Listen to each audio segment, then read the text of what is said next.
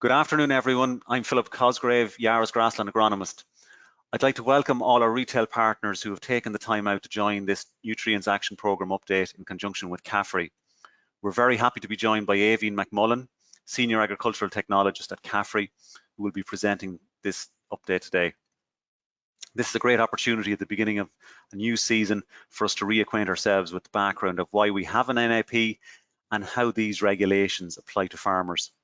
If you have any questions, please type them into the text box during the course of the presentation, and we can then answer these in the Q&A session at the end. With that, I'll now hand you over to Aoibhinn. Hello everyone and welcome. Thank you to Philip for facilitating this event and providing me with the opportunity to talk to those involved in fertiliser retail.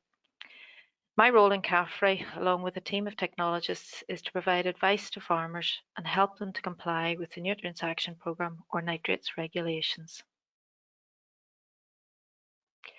I'm going to provide an overview of water quality in Northern Ireland and outline the issues around phosphorus in agriculture.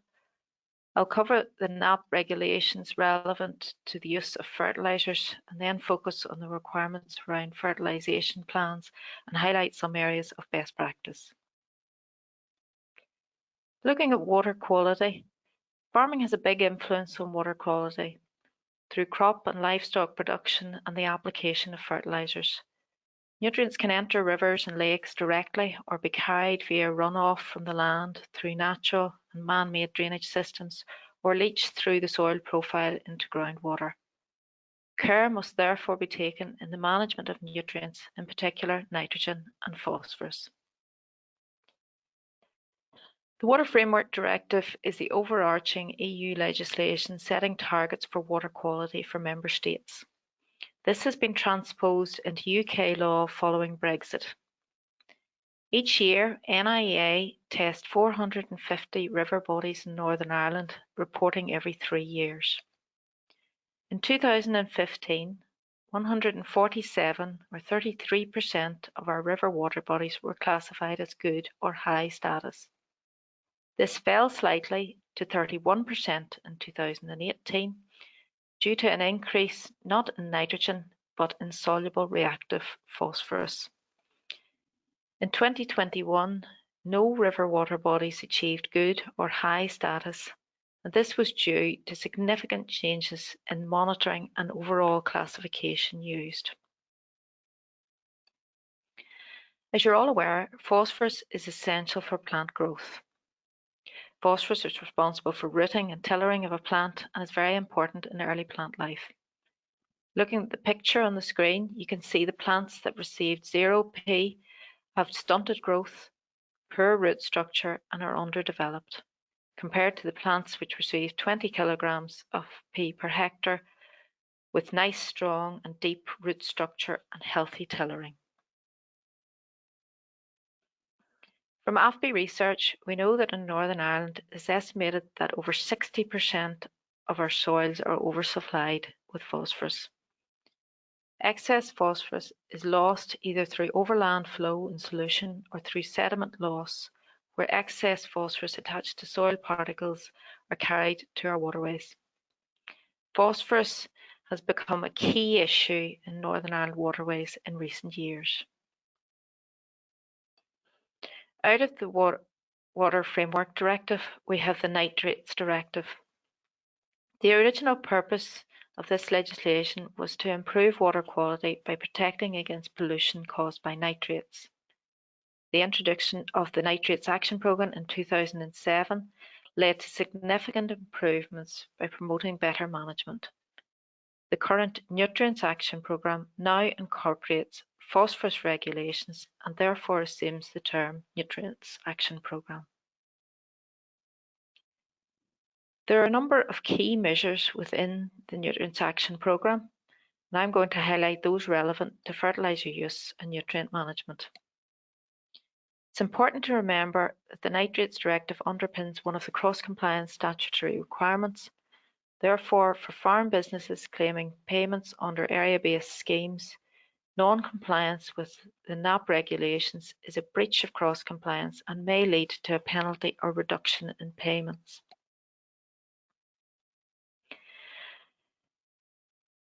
You will be familiar with closed periods. For chemical nitrogen and phosphate fertiliser, the closed period commences at midnight on the 15th of September and runs until midnight 31st of January. Potash fertiliser can be applied in the autumn, and chemical P can also be applied to winter crops and reseeds where there is a crop need.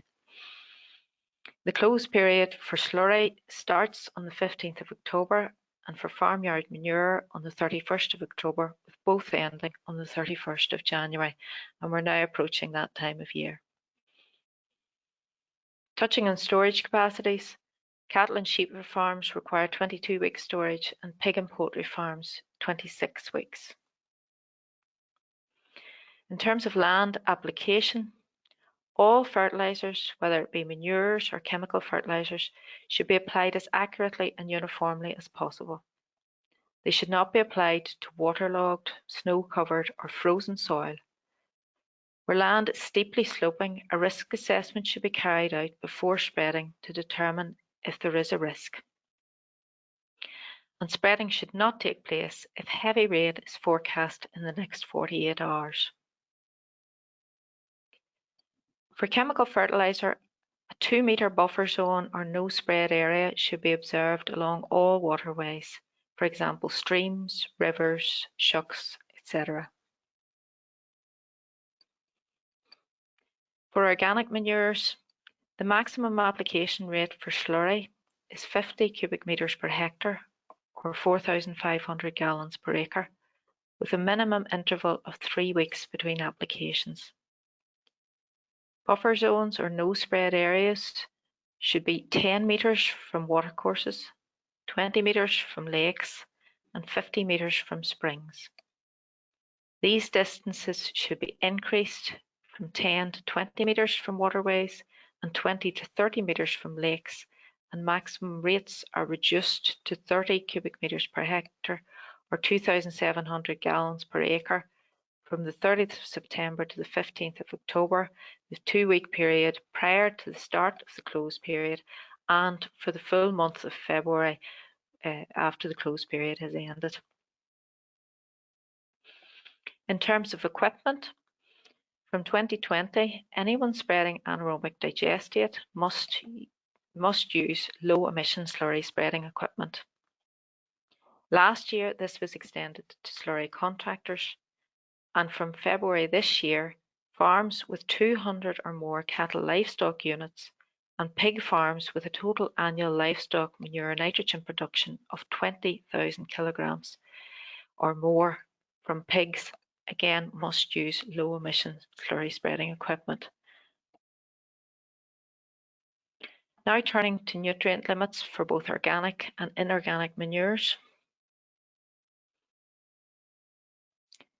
The amount of total nitrogen in livestock manures applied to land, including by the animals themselves, must not exceed 170 kilograms of nitrogen per hectare per year. Farmers may apply for a derogation to operate above 170 kilograms of nitrogen, up to a maximum of 250 kilograms of nitrogen per hectare per year. To calculate the livestock manure nitrogen loading, work out the total nitrogen excretions for the livestock on the farm and divide by the eligible area, adjusting for nitrogen contained in any imported or exported manures. Help is available on the CAFRE N loading calculator, which is available at Yara online services. The maximum amount of available nitrogen from chemical fertiliser and organic manures other than livestock manure that can be applied to grassland are 272 kilograms of nitrogen per hectare for dairy and 222 kilograms of nitrogen per hectare for other livestock farms. This is the equivalent to approximately 8 bags per acre for a dairy farm and 6 3/4 bags per acre for other livestock farms based on a 27% nitrogen fertiliser. Very few farms in Northern Ireland will reach this limit. For arable, forage and horticulture crops, the maximum amount of available nitrogen and fertilisers, including organic manures that can be applied per hectare, must be in accordance with crop nitrogen requirements. The crop nitrogen requirement is partly related to available nitrogen in the soil, which is influenced by the previous crop's management and the amount of rainfall and soil type. Using the appropriate soil nitrogen supply index, the crop requirement can be calculated using RB209. In addition, for winter and spring wheat, barley and oats, the maximum nitrogen application, or N-max limits, allows an increase of 20 kilograms of nitrogen per hectare for every tonne of yield expected above the standard yield. When it comes to the application of phosphate to grassland, you need to take account of soil fertility using soil analysis to establish the P index of the soil and determine if there is a crop need. For grass, use the recommendations set out in the NAP regulations, which are unique to Northern Ireland, and for other crops, the recommendations from RB209 can be used. The supply of phosphate from organic manures applied should also be calculated. Oversupplying phosphorus will be a breach of the regulations, and a fertilisation plan is now required. And I will cover fertilisation plans in a little bit more detail later. New maximum phosphate fertiliser application limits for extensively managed grassland farms have been introduced since 2020. For farms with low nitrogen loadings, that is low stocking rates, or farms receiving low rates of chemical nitrogen, AFPE have carried out research and determined that these farms do not require the same level of phosphate application as more intensively managed farms with higher yielding swards. And again, I'll cover this in a little bit more detail later. An important element of the Nutrients Action Programme is record keeping. For chemical fertilisers, an opening stock, a list of purchases and a closing stock record should be kept each year. Copies of soil analysis should be retained, and fertilisation plans are required in certain circumstances. Now, we all know that soil analysis is important to determine the fertility of soils, and we should all encourage farmers to take regular soil samples. At a minimum, they should be looking at pH and P and K index. They should test at least every 4 years, and this can be done on a rotation with a quarter of the farm done each year. A 3-month period should be allowed between the application of any nutrients and the soil test. Farmers are allowed to group together fields of similar management and similar soil type up to 4 hectares, and those can be done as one sample. And it's important to remember that analysis should be carried out by a UCAS accredited lab. This slide shows the financial loss to the farm of fertiliser being applied at suboptimal pH. And we can see at pH of 5 to 5.5, a significant cost or loss in terms of fertiliser being spread, which is not being effectively utilised by the plant.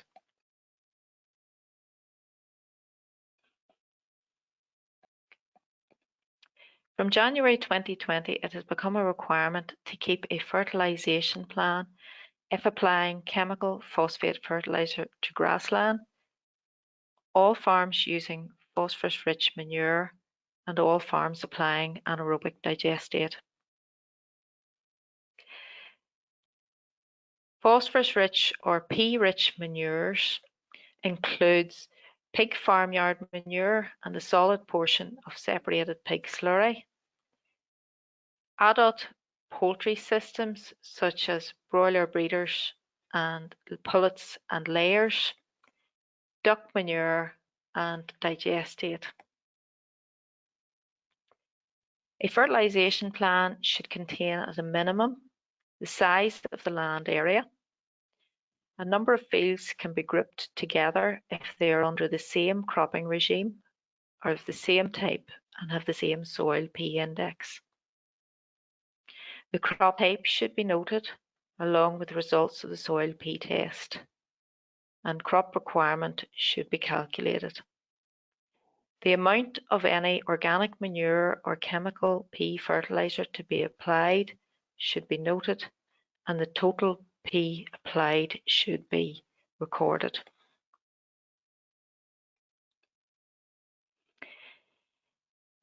A fertilisation plan can come in various formats. For example, the CAFRE crop nutrient calculator can be used. There's also a page within the NAP workbook, or you may choose to use a paper version or an electronic version, or any commercially available farm software that provides the information noted on the previous slide can be used.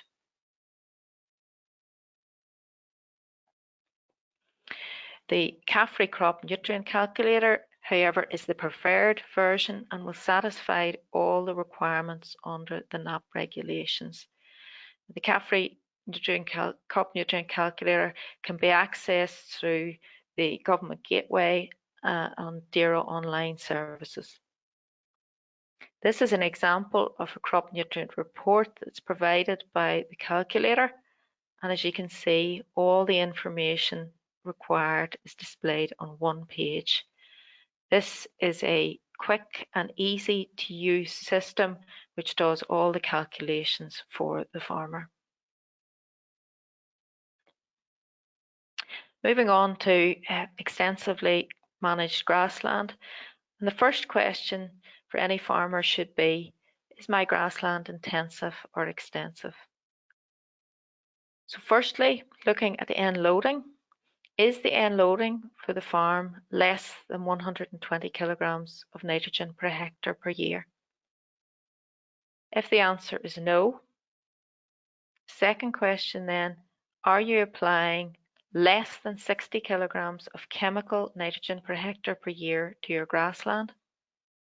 And again, if the answer is no, this farm is intensive and should use the existing standard P recommendations. However, if the answer to the first question is the end loading less than 120 kilograms nitrogen per hectare per year is yes, and or the answer to the second question, are you applying less than 60 kilograms of chemical nitrogen to your grassland is yes, then those farms are deemed as extensive and they should use the new P recommendations. This table shows the P recommendations for extensively managed grassland, for grass establishment, grazing, and first cut silage and hay production. And you will notice here that the recommendations are lower than the standard recommendations and these come into effect on the 1st of January 2020. Now, in certain circumstances, even if the farm is extensive, they may have hay or silage fields where they do wish to apply higher rates of phosphate to encourage better growth and higher yields. So where the total grassland area is extensive, if the farm is applying more than 80 kilograms of chemical nitrogen per hectare to the silage or hay fields, if the answer to that question is no, if they continue to put on low levels of chemical nitrogen to their hay and silage fields, then they continue to be extensive and they should use the new P recommendations for silage and hay. However, if they're applying more than 80 kilograms of chemical nitrogen, that area of the farm is deemed as intensive and the standard P recommendations for silage or hay can be used.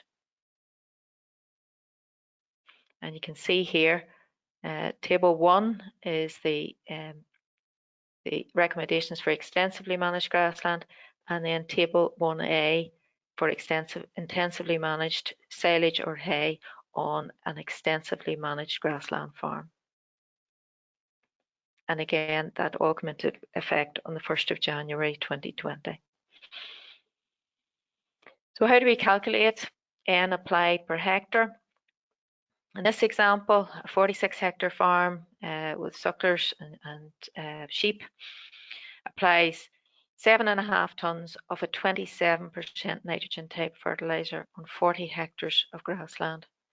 So it's 7,500 kilograms times 27% nitrogen divided by the 40 hectares equals 51 kilograms of nitrogen per hectare per year. This farm is extensively managed. And this is the equivalent to a bag and a half per acre of a 27% type fertiliser being applied across the farm. Moving on to best practice. We should all be encouraging farmers to take regular soil samples, to use a fertilisation plan where appropriate, where it's required. And in fact, this year with fertiliser prices much higher than in previous years, a fertilisation plan can be a useful tool for planning and the purchase of fertiliser and targeting where it's most needed. Accurate application is extremely important, and again, as fertiliser prices increase, this is becoming more important. And I would encourage regular maintenance and calibration of equipment. Sometimes this is forgotten on the farm, but tray testing and actually gauging how much fertiliser is being applied should be encouraged. Some of our farmers have moved with new technology and are now using GPS and variable rate application. And again, this has to be good for the use of fertiliser and for protection of the environment.